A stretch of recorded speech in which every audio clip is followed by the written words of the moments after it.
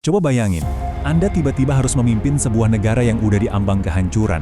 Korupsi ada di mana-mana, nepotisme udah jadi budaya, dan rakyat udah sama sekali nggak percaya sama pemerintah. Kira-kira apa yang bakal Anda lakuin?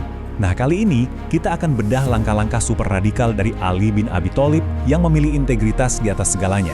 Sebuah keputusan dengan risiko sangat tinggi yang pelajarannya, wah, masih relevan banget sampai sekarang.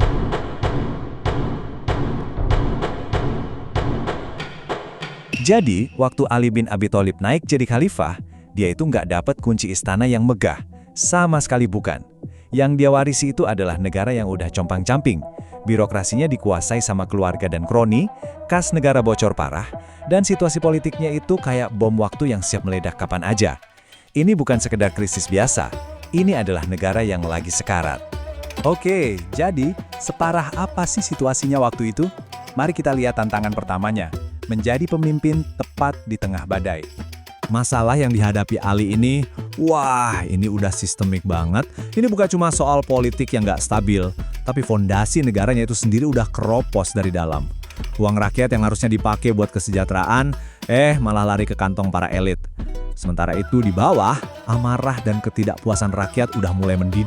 Ngadepin semua ini, apa respons Ali? Dia nggak milih jalan aman. Nggak ada tuh yang namanya kompromi politik atau reformasi setengah-setengah. Dia justru milih jalan yang paling beresiko, reformasi total, tanpa kompromi sama sekali, di mana keadilan jadi satu-satunya tujuan. Coba deh, lihat langkah pertamanya. Ini bukan sekedar ganti pejabat biasa. Ini adalah serangan langsung ke jantungnya korupsi. Tanpa ragu sedikit pun, dia pecat semua gubernur yang bermasalah. Dia audit semua kekayaan mereka, dan dia lakuin hal yang paling ditakutin para elit. Dia sita kembali semua aset negara yang udah mereka nikmati secara ilegal. Dan kutipan ini merangkum semuanya. Dengerin deh betapa absolut pendiriannya. Buat dia, uang negara yang diselewengin itu hukumnya wajib kembali, bahkan kalaupun uang itu udah dipakai buat mahar nikah. Ini udah bukan lagi soal politik, ini soal prinsip yang sakral, bahwa kepercayaan publik itu nggak bisa ditawar-tawar. Tapi, bersih-bersih pejabat itu baru langkah awal. Perubahan yang paling radikal justru terjadi di jantung sistem ekonomi negara, Baitul Mal atau kas negara. Ali nggak cuma nambal yang bocor, dia rombak total fondasinya. Nah, visual ini nunjukin pergeseran paling fundamental. Dari yang tadinya kekayaan negara itu jadi alat buat beli loyalitas politik, diubah total menjadi hak setiap warga negara. Sistem lama itu manjain kroni dan keluarga. Ali, dia stop semua itu. Dia tegaskan kalau semua orang, nggak peduli sukunya apa, statusnya apa, kaya atau miskin, semuanya berhak dapat bagian yang sama dari kas negara.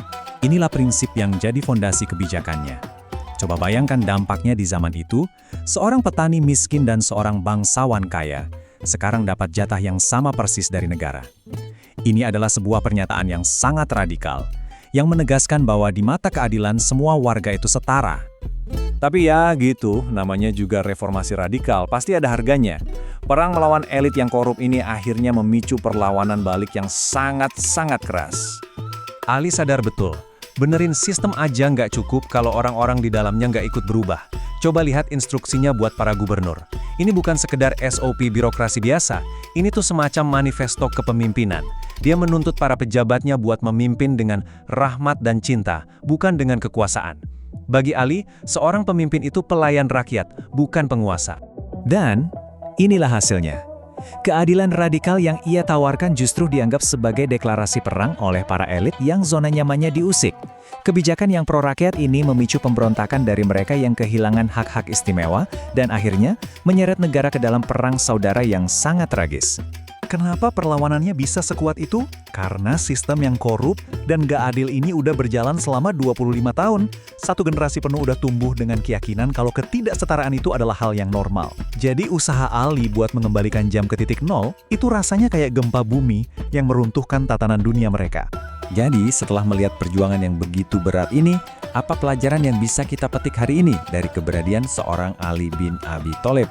Pelajaran dari Ali ini benar-benar ababi. Sebuah negara, mau sekuat apapun militernya atau sekaya apapun sumber dayanya, bakal runtuh kalau pemimpinnya nggak punya integritas. Reformasi yang sejati itu nggak dimulai dari undang-undang, tapi dari contoh yang diberikan oleh pemimpin di puncak yang berani melawan arus. Dan ini meninggalkan kita dengan sebuah dilema kepemimpinan yang nggak pernah lekang oleh waktu. Integritas versus stabilitas politik. Apakah seorang pemimpin bisa punya keduanya sekaligus? Ataukah pada akhirnya mereka harus memilih dan mengorbankan yang satu demi yang lain? Sebuah pertanyaan yang masih sangat relevan bagi para pemimpin di seluruh dunia, bahkan sampai detik ini.